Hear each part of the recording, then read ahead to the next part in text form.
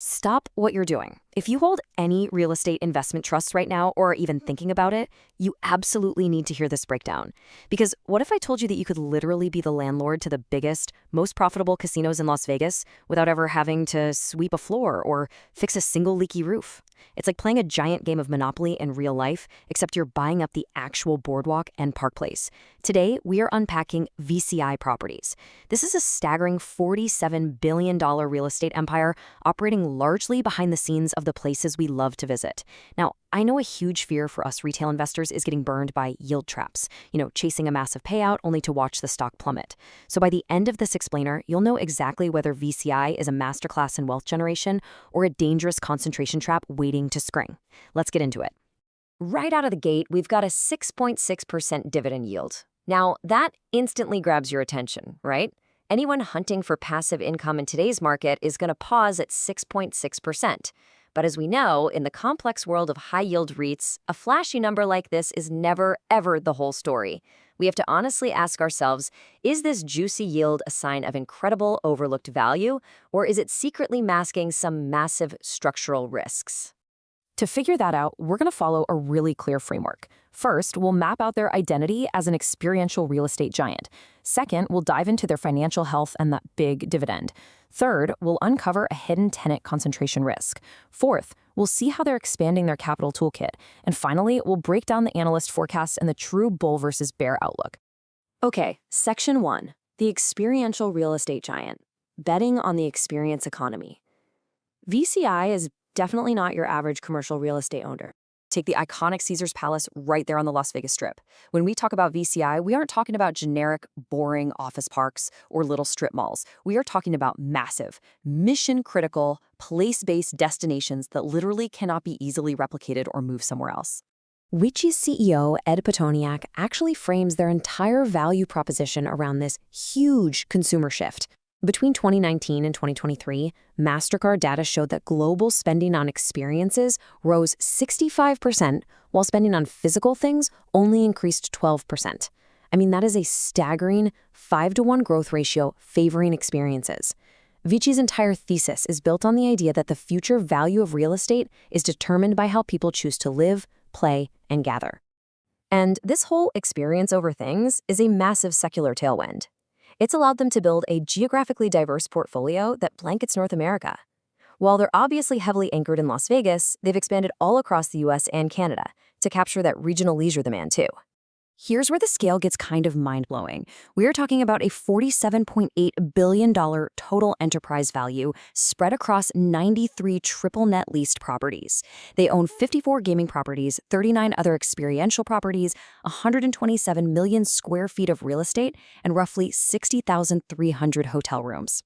And because they operate on a triple net lease basis, VICI's tenants are the ones covering the taxes, the insurance, and the maintenance. It essentially makes VICI the ultimate, highly efficient landlord of leisure. Moving right along to Section 2, financial health and dividends. Because let's be real, a massive physical portfolio is only as good as the cash it spits out. So going back to that 6.6% yield we talked about, is it actually safe? Well, VCI is recognized as a dividend challenger. They've delivered 7 consecutive years of dividend increases with a really solid 7.4% compound annual growth rate since their IPO. In fiscal year 2024 alone, they paid out about $1.8 billion in dividends. And crucially, their payout ratio sits comfortably around 75% of their adjusted funds from operations, meaning that hefty dividend is well covered by the cash they actually bring in the door. But what's really driving this safety net is roughly $650 million in annual free cash flow. This is the absolute financial engine of the company. Having this much free cash flow means VICI can fund new investments and acquisitions without constantly having to issue new shares, which prevents heavily diluting you, the shareholder. Their efficient growth engine is super clear when you look at early 2026 data. In the first quarter, they boosted their adjusted funds from operations per share by 4.5% year over year, but they managed to do that while only increasing their outstanding share count by a tiny 1.2%. Basically, they are growing the pie significantly faster than they are slicing it up. But hold on a second. Section 3, the tenant concentration risk. Beneath those awesome yields and growth metrics lies a really nuanced structural risk.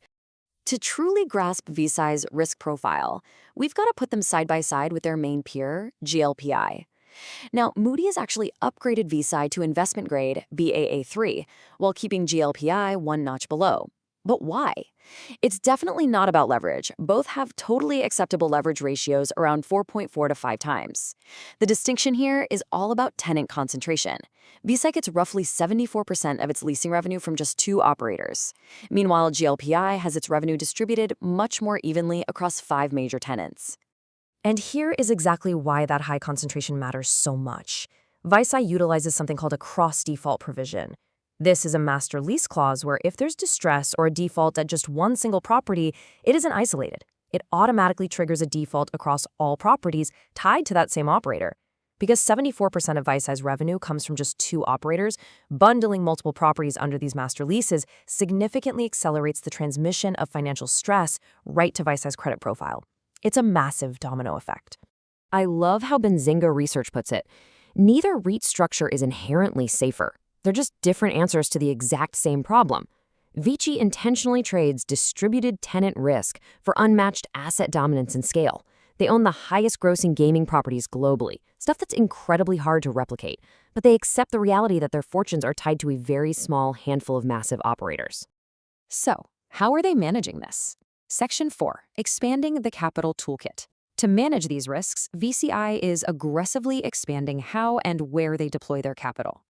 They are putting their money to work at an absolute blistering pace. In just the first quarter of 2026, they deployed $1.2 billion in new capital commitments. This included a staggering $1.5 billion mezzanine loan for the One Beverly Hills development, a $1.16 billion acquisition of Golden Entertainment to tap into the local Vegas market, and a brand new lease with Clairvast.